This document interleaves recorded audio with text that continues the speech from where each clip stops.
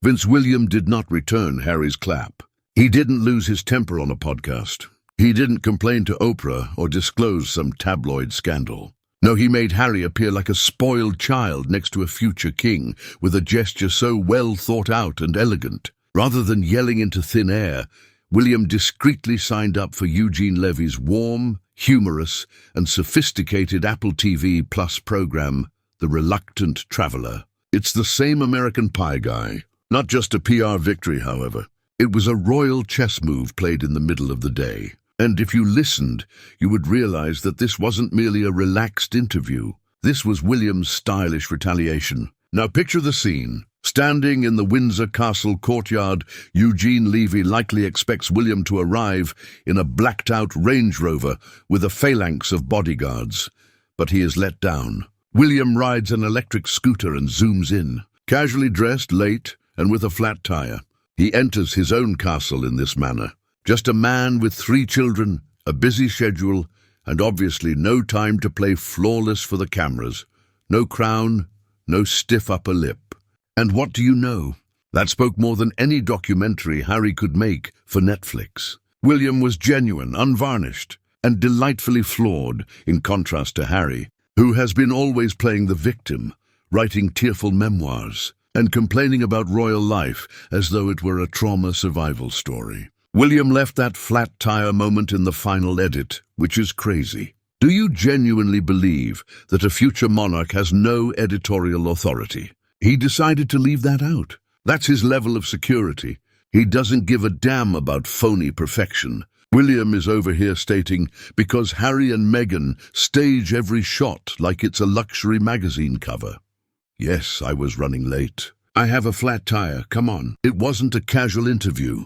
It was strategic and incisive. William discussed his aspirations for the throne, how he hopes to effect lasting change. Evolution, not radical revolution. I want my son to be proud of what he builds, he said. Even just that line was shocking.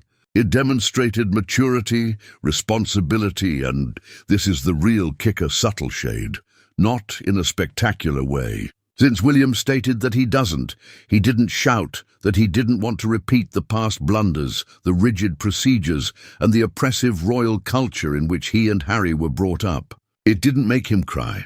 Like a guy who has experienced it, grown from it, and now wants better for his children, he said it coolly. Yes, he did make one reference to Harry, it's just one sentence. That's how little room his brother has in his mind right now. It wasn't an assault.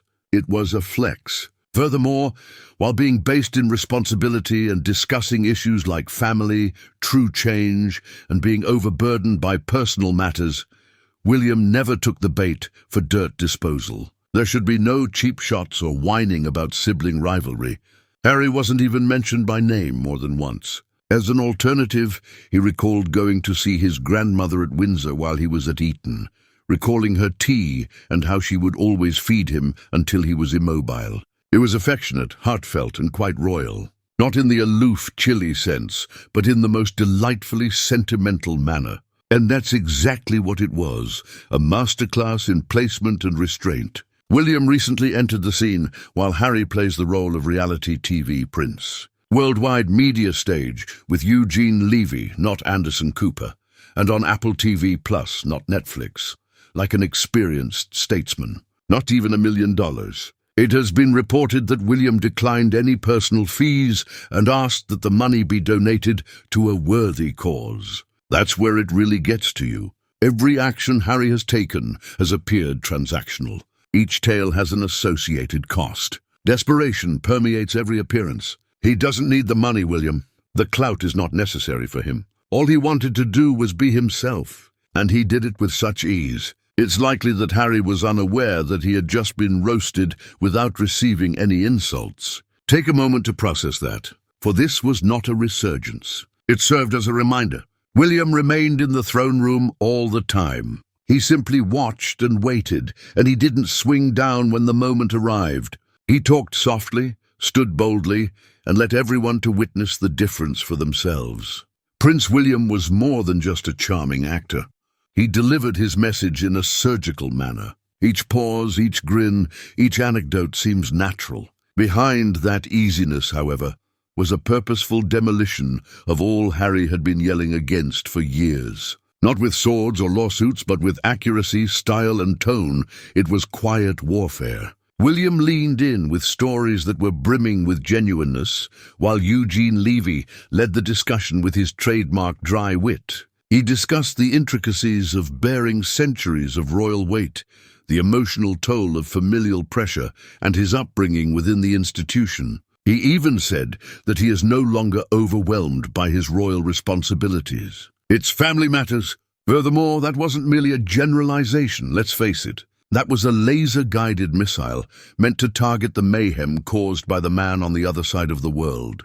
William, however, made no accusations. It hurt more because of that. He didn't have to. It was a stark contrast. William stood there cool, collected, self-aware and strong, while Harry had spent the last few years presenting himself as a wounded monarchy soldier. Not in the way that's muscular and chest-puffed, in the strength that results from being aware of who you are and not being pulled down by the sound. There was also humor, not the phony, uncomfortable giggles you see when superstars attempt to be likable. No, William's humor was unexpectedly short, self-deprecating and dry. He made fun of his own scooter puncture, mocked Eugene about his expanding bucket list, and even jokingly said that Eugene would look fantastic in an oil painting. These lines weren't practiced. These were actual times. Without once lowering his crown, he relaxed his defenses. Even the overall appearance's styling was a type of messaging. William was not dressed in full royal regalia. He wore basic pants, sharp coats, and casual knitwear. The kind of face that exudes quiet confidence, rich but not overt. He appeared trim, healthy, and at ease, like a man managing his obligations, but still managing to have a good laugh. It wasn't planned perfection either for once. It wasn't a leisurely pan of well-kept gardens and candlelit living rooms like you'd see on Netflix. Yes, it was the genuine Windsor Castle. Historical, lived in yet human. Historical, lived in yet human. And the splendor of everything. William allowed the camera to capture him in his natural state. A man speeding about on a two-wheeled scooter with a flat tire, late for interviews. A man who becomes overwhelmed by the drama in his family. A man who weeps when he remembers his grandmother and the importance she held in his life. A man who, despite his titles, is merely attempting to maintain his composure while leading with a purpose. It was brilliant, not only because it contrasted with Harry's turmoil. It was William's refusal to confront the drama directly. He didn't drag anybody. He avoided playing the victim or becoming emotional. He just lived in an environment where stability and maturity were more powerful than any bombastic podcast. Let's also discuss where this whole thing happened. Not ITV, not the BBC, not even a UK outlet, but Apple TV+. William selected the most upscale, tech-driven streaming service in America, a platform that is synonymous with class, trust, and innovation. It wasn't a random act. It was a well-thought-out move and an extremely powerful power play. Because even though William simply entered American prestige media by the front door and sat at the top table while Harry attempted to take over the country with tabloid headlines and Netflix deals, the checkmate was ideal. It's final but not noisy or messy. Additionally, the crown didn't feel heavy for the first time in years. It was earned, worn by conduct as well as bloodline. No one needed to be brought down by William. All he needed was the proper platform, a scooter, a sweater, and half an hour. After that, he reminded everyone who the true heir to the throne is. Just being there, no mics dropped, no memoirs written. The scooter, the knits, or even the subtle teasing underlying the reflective remarks weren't the most potent aspects of William's presentation. He allowed himself to be incredibly human on his own terms. You could see it in his eyes as he talked candidly about the emotional toll of his job, the intense demands of family, and the subliminal fear of reliving the past. Not just the polished appearance of a royal figure cultivated by the media, but also the fatigue of someone who has been through more than he admits. And he was credible because of that. He revealed the toll. He made no pretense of being impervious. When family was brought up, you could see the lines in his face and the gravity in his voice. It was obvious that years of internal stress, loss, treachery, and accountability had left their mark. But because his strength wasn't postured, that's precisely what made it impact harder. It was inhabited. That level of emotional clarity is not something you can fake. You know what's crazy too? His silence about Harry was 10 times louder because of the silent grief he carried, and the weight behind the well-preserved grin. He didn't have to express disappointment. He didn't have to describe the pain of betrayal. It was evident in the pauses, the lines surrounding his eyes, and the methodical way he picked each word. Under that placid exterior, there was a storm, but William kept it contained. He simply kept moving forward for his children, his family, and his nation. The legacy moment followed. He discussed Queen Elizabeth with reverence, of the times he'd come to tea with her at Windsor when he was at Eton.